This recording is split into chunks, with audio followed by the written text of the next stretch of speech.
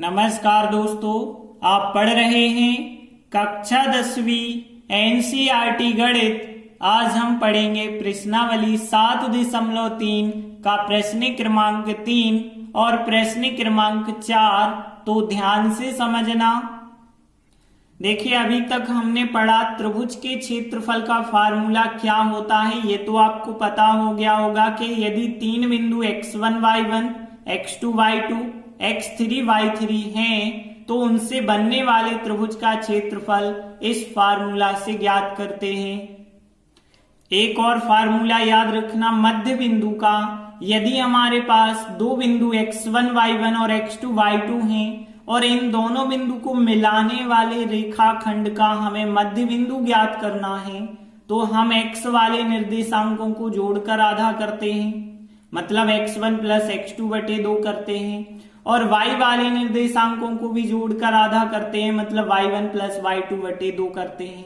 इस प्रकार से मध्य बिंदु निकालते हैं। अब देखिए प्रश्न 3 क्या है। शीर्ष 1 2 3 शीर्ष दिए गए, इनसे बनता है एक त्रिभुज। तो हम मान के चलें पहला शीर्ष A बिंदु, दूसरा शीर्ष B है, तीसरा शीर्ष C है। तो हम मान के चलते हैं पहला बिंदु A, दूसरा बिंदु B और तीसरा बिंदु C, ये तीनों क्या हैं? त्रिभुज ABC के शीर्ष हैं। अब देखिए आगे हमें क्या करना है।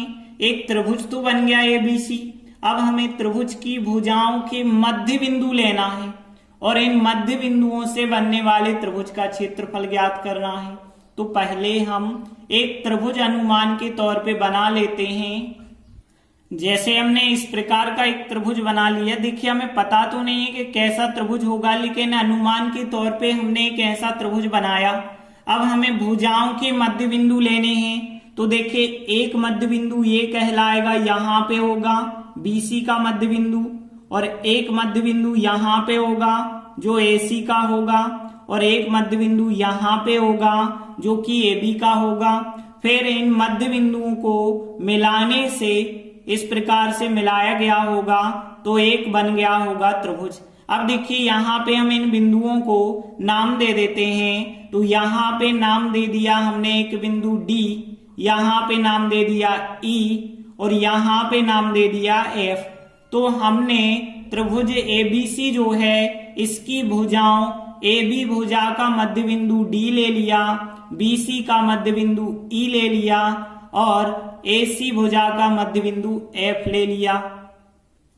यदि त्रिभुज की भुजाओं AB BC और AC के मध्य बिंदु हमने लिए, AB का लिया D और BC का मध्य बिंदु E लिया और AC का मध्य बिंदु F लिया है, तो फिर अब देखिए जब हमें इसका क्षेत्रफल निकालना है DEF त्रिभुज का, तो DEF के निर्देशांक तो हमारे पास होने चाहिए। तो हम पहले इनके निर्देशांक निकाल लेते हैं। तो D बिंदु के निर्देशांक देखिए क्या होंगे। अब D बिंदु जो है वो AB का मध्य बिंदु है। तो मध्य बिंदु कैसे हम निकालते हैं, हमने फार्मूला बताया था, x वाले निर्देशांकों को जोड़कर आधा करते हैं और y वाले निर्देशांकों को जोड़कर आधा करते हैं। मतलब x1 प्लस x2 बटे 2 करेंगे तो यहाँ 0 प्लस 2 बटे 2 करेंगे, तो 0 प्लस 2 बटे 2 करेंगे, और y1 प्लस y2 मतलब -1 प्लस 1 बटे 2 करेंगे, -1 प्लस 1 बटे 2 करेंगे। और आगे सॉल्व करेंगे तो अर्थात D बिंदु हमें कितना प्राप्त होगा। देखिए 0 और 2 जोड़ा तो 2 बटे 2 मतलब 1, और यहाँ -1 प्लस 1 0 हो गए, 0 बटे 2 मतलब 0 आ गया। तो D बिंदु हमें प्राप्त हो गया 1 0। अब हम E बिंदु ज्ञात करते हैं। E बिंदु क्या होगा, देखिए E बिंदु ये रहा, ये क्या है BC का मध्य बिंदु है। तो अब हमें B और C वाले बिंदुओं को जोड़ के आधा करना है। तो x1 प्लस x2 मतलब यहाँ 2 प्लस 0 बटे 2 करेंगे, तो 2 प्लस 0 बटे 2, और y1 प्लस y2 मतलब 1 प्लस 3 बटे 2, 1 प्लस 3 को जोड़ के आधा करेंगे मतलब बटे 2 करेंगे। अर्थात यहाँ पे E बिंदु कितना हमें मिलेगा, 2 और 0 जोड़े तो 2 बटे 2 मतलब 1, 3 और 1 4, 4 बटे 2 मतलब 2 हो जाएगा। तो हमें E बिंदु मिल गया 1 2। अब हम एफ बिंदु भी ज्ञात करते हैं। देखिए एफ बिंदु ए सी का मध्य बिंदु है, तो अब हमें ए और सी को जोड़ के आधा करना होगा।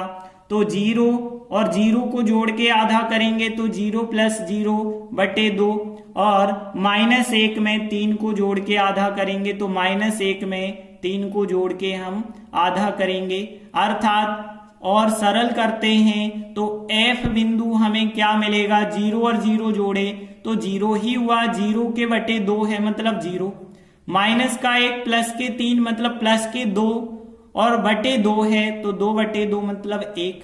तो अब हमारे पास डी ई एफ तीनों बिंदु हो गए हैं। तो अब हम इनसे बनने वाले त्रिभुज डी एफ का क्षेत्रफल ज्ञात कर सकते हैं।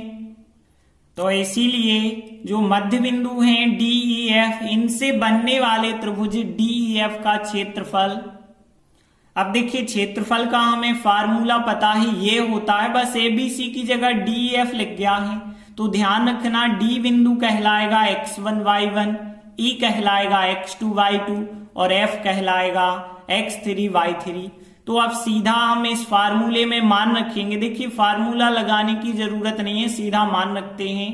x1 का मान कितना है, 1 है तो 1 लिखा, और फिर y2 माइनस y3 करना है, y2 कितना है यहाँ पे 2 है तो 2 माइनस y3 का मान कितना है 1 है, फिर प्लस x2 होता है और x2 का मान कितना है यहाँ पे 1 है तो 1 लिखा, और फिर y3 माइनस y1, y3 कितना है 1 माइनस y1 कितना है 0 तो 1 माइनस 0 कर दिया, प्लस x3 लेना है और x3 का मान कितना है 0 है तो 0 लिखा, और फिर y1 माइनस y2 मतलब 0 माइनस 2 करेंगे तो 0 माइनस 2 लिखा हमने, और फिर कोष्टक बंद। अब देखिए और आगे यदि आप सॉल्व करते जाएंगे तो 1 बटे 2, यहाँ पे 1, 2 में से 1 घटाएंगे 1 मिलेगा, और यहाँ 1 में से 1 घटाया 1 रहेगा, और 0 में से -2 घटाएंगे तो -2 ही रहेंगे। और आगे यदि हम सॉल्व करते चलें तो यहाँ 1 बटे 2 तो रहेगा, 1 और 1 का गुणा 1 होगा, 1 और 1 का गुणा 1 होगा, 0 का -2 से करेंगे तो 0 ही हो जाएगा, चाहे माइनस का लिखो प्लस का कोई अंतर नहीं है, 1 बटे 2। अब यहाँ पे देखिए 1 और 1 कितने हो गए, 2 हो गए, यहाँ गुणा का चिन्ह लग जाएगा क्योंकि कोष्टक के आगे कोई चिन्ह नहीं है। अब देखिए 2 से 2 तो कट जाते हैं तो क्षेत्रफल कितना आ गया, 1 वर्ग मात्रक आ गया त्रिभुज DEF का क्षेत्रफल। तो देखिए कहा गया था मध्य बिंदुओं से बनने वाले त्रिभुज का क्षेत्रफल ज्ञात कीजिए, इतना तो हमने कर लिया। अब आगे कहा गया है इस क्षेत्रफल का मतलब जो हमने DEF का क्षेत्रफल निकाला है इस त्रिभुज का, दिए हुए त्रिभुज, अब कौन सा त्रिभुज हमें दिया गया था, ABC दिया गया था, तो ABC के क्षेत्रफल के साथ अनुपात ज्ञात करना है। तो देखिए ABC का क्षेत्रफल अभी हमारे पास है नहीं, तो ABC का हमें और ज्ञात करना होगा।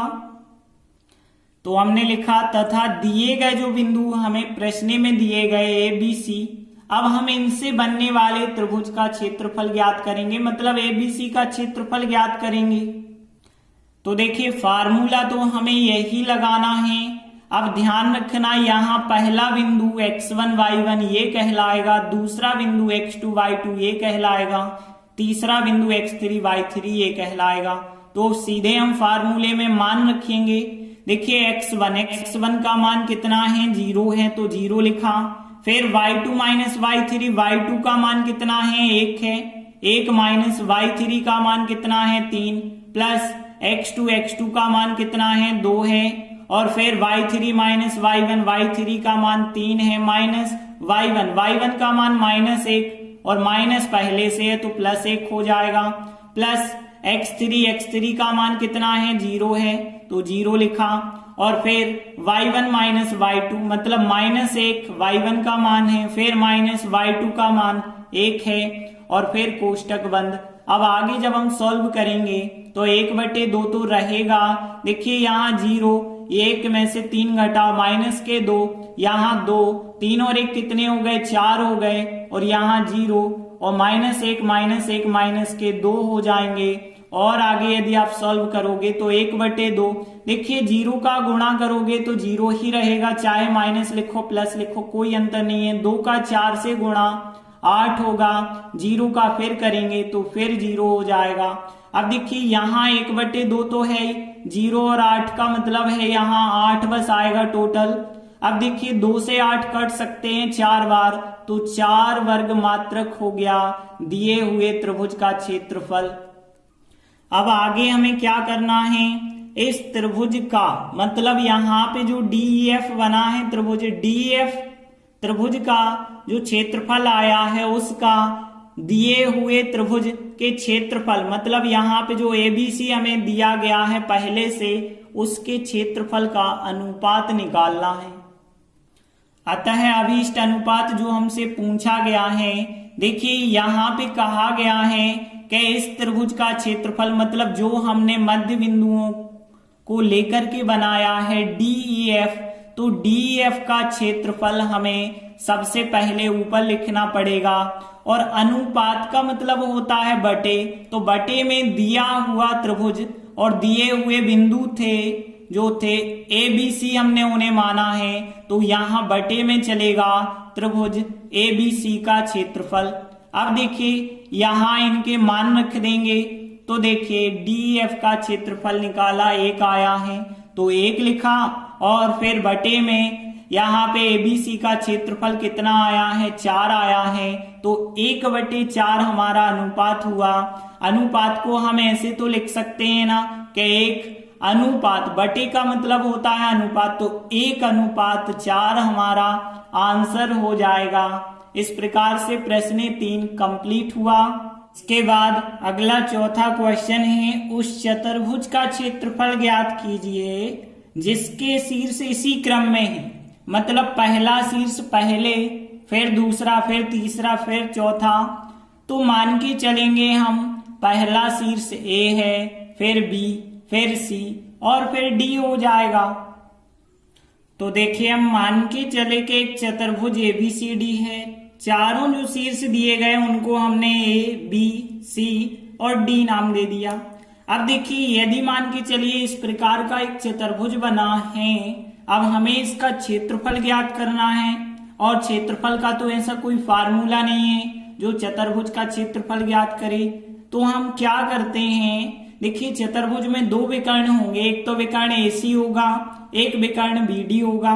यदि हम AC विकर्ण खींच दें या BD विकर्ण खींच दें तो क्या हो जाएगा, जो हमारा चतुर्भुज था वो 2 त्रिभुजों में विभक्त हो जाएगा। तो यहाँ हम कह सकते हैं कि यदि हम A को C से मिला देते हैं तो जो हमारा चतुर्भुज ABCD था वो 2 त्रिभुजों में विभक्त हो जाएगा। एक त्रिभुज होगा ABC हो जाएगा एक त्रिभुज, और एक त्रिभुज हो जाएगा ADC हो जाएगा। तो देखिए हमने लिखा यदि हम A को C से मिला देते हैं तो जो हमारा चतुर्भुज था वो 2 त्रिभुजों में विभक्त हो गया, एक त्रिभुज ABC है और एक है ADC। देखिए हम AC विकर्ण मिलाएं या BD विकर्ण मिलाएं एक ही बात है। अब देखिए हम क्या करेंगे, सबसे पहले ABC त्रिभुज का क्षेत्रफल निकालेंगे, फिर हम ADC का निकालेंगे और दोनों को जोड़ देंगे तो चतुर्भुज का हो जाएगा। तो हम लिखेंगे अब ABC इन तीनों से बनने वाले त्रिभुज ABC का क्षेत्रफल, और फिर त्रिभुज का क्षेत्रफल ज्ञात करने का जो फार्मूला होता है उसमें हम सीधा मान रखेंगे। पहला बिंदु A कहलाएगा x1 y1, ये हो जाएगा x2 y2, ये हो जाएगा x3 y3। तो हम मान रख देते हैं, तो 1/2 और फिर होता है x1 का मान है -4 और फिर y2 माइनस y3। अब y2 कितना है, माइनस का 5 है, माइनस y3 का मान -2, एक माइनस पहले से है तो प्लस के 2, और फिर प्लस x2 लिखना है। x2 का मान कितना है, माइनस का 3 है, -3 लिखा, और फिर y3 माइनस y1, तो y3 कितना है, माइनस का 2 है, माइनस y1 कितना है, -2, तो माइनस और माइनस प्लस के 2 यहाँ पे बन जाएंगे, और फिर प्लस x3 लिखना है, x3 का मान है 3, तो 3 लिखा। और y1 माइनस y2, y1 का मान कितना है, माइनस का 2 है। और फिर माइनस y2, y2 का मान -5 है, माइनस और माइनस प्लस हो जाएगा।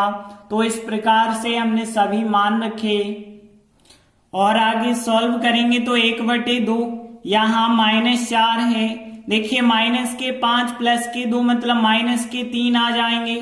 और यहाँ -3, -2 प्लस 2 मतलब यहाँ पे क्या आएगा, 0 आ जाएगा। और फिर यहाँ +3 है, -2 प्लस 5 मतलब यहाँ प्लस के 3 आ जाएंगे। और आगे यदि हम सॉल्व करेंगे तो 1/2 यहाँ पे देखिए 4 3 12 हो गए, माइनस और माइनस प्लस के हो गए।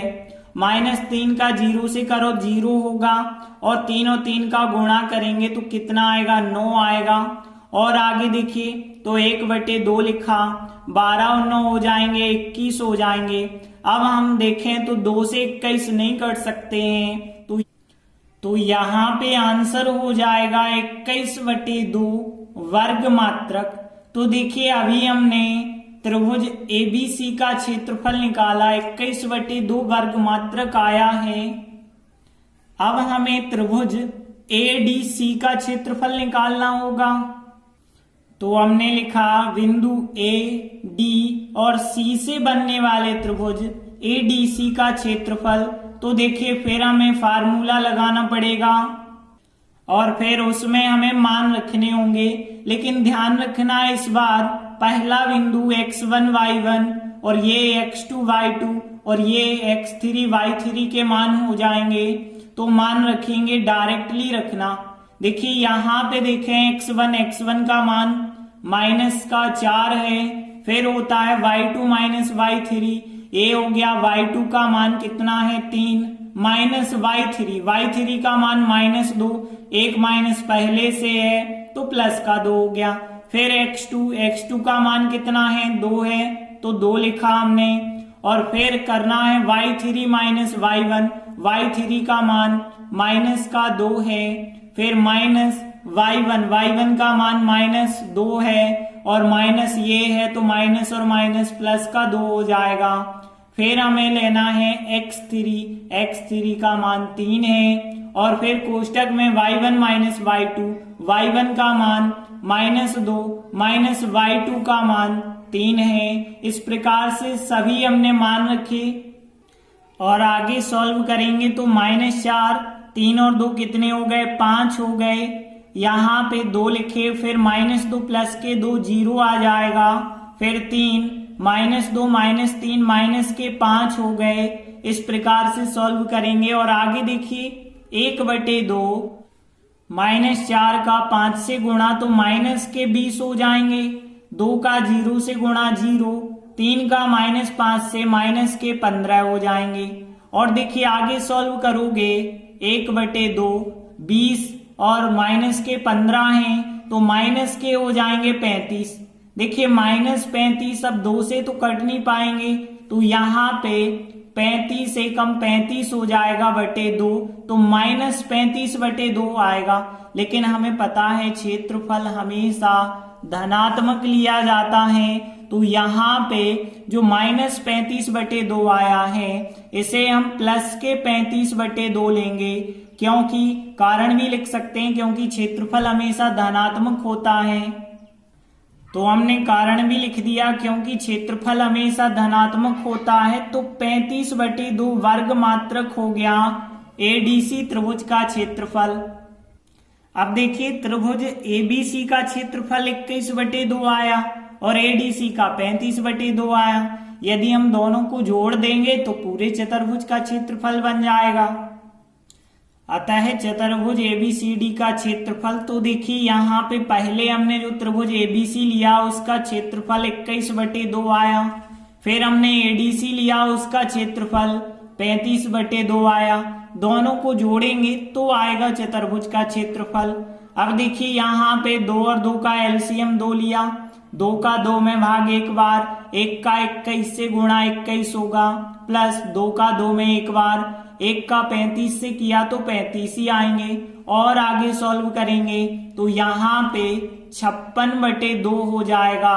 और 56/2 मतलब 2 का भाग 56 में देंगे तो 28 वर्ग मात्रक हो जाएगा हमारा आंसर। तो इस प्रकार से प्रश्न 4 कंप्लीट हुआ।